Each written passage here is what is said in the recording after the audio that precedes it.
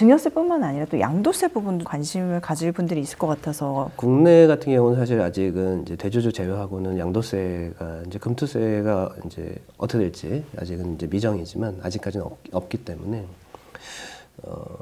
국내 주식은 논외로 하고 지금 해외 주식이 양도세가 이제 지방소득세 포함해서 22%를 저희가 내야 되는데 네. 해외 주식을 사주고 싶어하는 사람도 있을 수 있잖아요. 뭐 구글 사주고 맞습니다. 싶다, 네, 뭐 요즘 엔비디아 또 사주고 맞습니다. 싶다. 왜냐하면 미국의 빅테크 기업들이 글로벌 선도하고 있기 때문에 그 빅테크 주식에 대한 니즈가 있으신 고객분들이 너무 많으시고요. 특히 테슬라 주식을 한국인들이 굉장히 많이 보유하고 계신 걸로 제가 알고 있고, 그러면 항상 따라오는 게 양도소득세 이슈인데 네. 저희 회사가 가지고 있는 이제 상품 라인업 중에 이제 CFD라는 상품이 있습니다.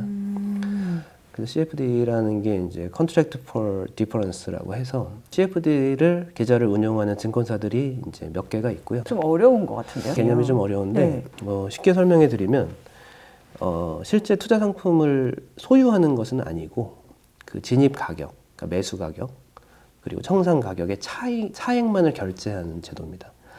그래서 만약에 매수 가격보다 이제 청산 가격이 높으면 플러스로 이익이 잡힐 거고요. 네. 이제 반대가 되면 이제 마이너스가 잡히고, 이런 차액만을 결제할 수 있도록 설계된 장외 파생 상품이라고 보시면 됩니다.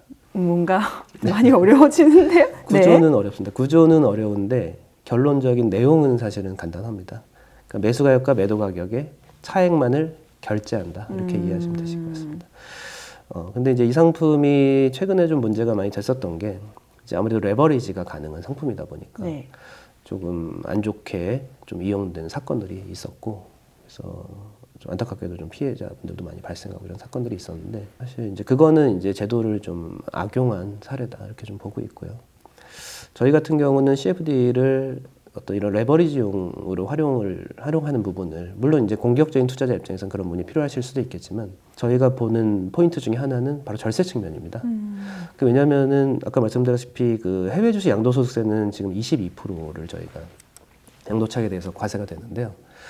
CFD 계좌 같은 경우는 이제 그 장외 파생 상품으로 분류되기 때문에 그 파생 상품 양도소득세가 적용돼서 11%만 납부하시면 됩니다. 22%가 아니고 네네. 11%. 네. 네. 그래서 해외 주식 같은 경우는 이제 양도소득세 세율이 절반 정도로 줄이실 수 있는 상품이다. 해외 주식 하시는 분들 입장에서는 굉장히 매력적인. 네.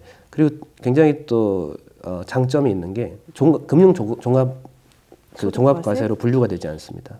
네. 그렇기 때문에 건보료 영향도 없고요.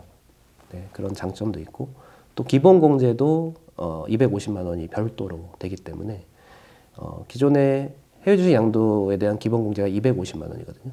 근데 여긴 추가로 파생 상품 기본 공제 250이 더해져서 총 500만 원의 기본 공제를 받으실 수 있어서, 그래서 해외 주식을 하시는 분들한테는 절대적으로 유리한 상품이다. 네. 해외 주식을 하는 투자자들한테는. 네, 해외 주식을 하시는 분들께는 이제 양도세 절감을 위해서 일단 세율이 반으로 떨어뜨릴 수가 있으니까요. 굉장히 유리한 상품이시고, 뭐 해외 주식을 증여한다고 가정해도 CFD를 통해서 현금을 증여하신다면 CFD 통해서 매수를 해주시면 세금이 반이기 때문에 그 세금 혜택이 자산 성장에 그대로 반영될 수 있는 증여 효과가 더 배가가 될 수 있겠죠. 그러면 안 좋은 점은 없어요? 위험성이라든지. 아까 말씀드린 이제 레버리지 거래가 기본적으로 탑재되어 있기 때문에 이자 비용이 발생합니다.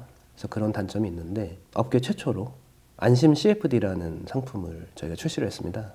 그래서 안심 CFD 계좌를 개설을 하실 경우 레버리지 사용이 원천적으로 막혀 있습니다. 아예 그걸 못하게 해놨군요. 네, 그래서 CFD의 절세 그런 효과만 저희가 누리면서 이자 비용은 레버리지 자체를 못 쓰기 때문에 이자 비용 자체가 발생하지 않는, 그래서 절세 효과만 누리겠다, 이런 취지로 그런 조금 안 좋은 사건에 활용되면서 이미지도 안 좋을 뿐더러 그러다 보니까는 또 개념도 약간 어렵고 파생 상품이다 보니까 그러다 보니까는 대부분 잘 모르세요. 대부분 잘 모르시고 일단 CFD 상품 자체에 대한 이해도가 많이들 없으시고, 안심 CFD 같은 개념은 더더욱 모르시고 계신 걸로 알고 있습니다. 그러면 안심 CFD 같은 거는 해외 주식을 투자하는 사람이라면 이미 매수 포지션을 들고 계신 분이라면은 이제 좀 다른 문제가 되겠지만 신규로 진입하시고자 하시는 분들은 안심 CFD 계좌를 통해서 하시는 게 향후 매도 시에 양도소득세가 절반으로 줄어들 수 있는, 그리고 기본공제 효과도 높아지고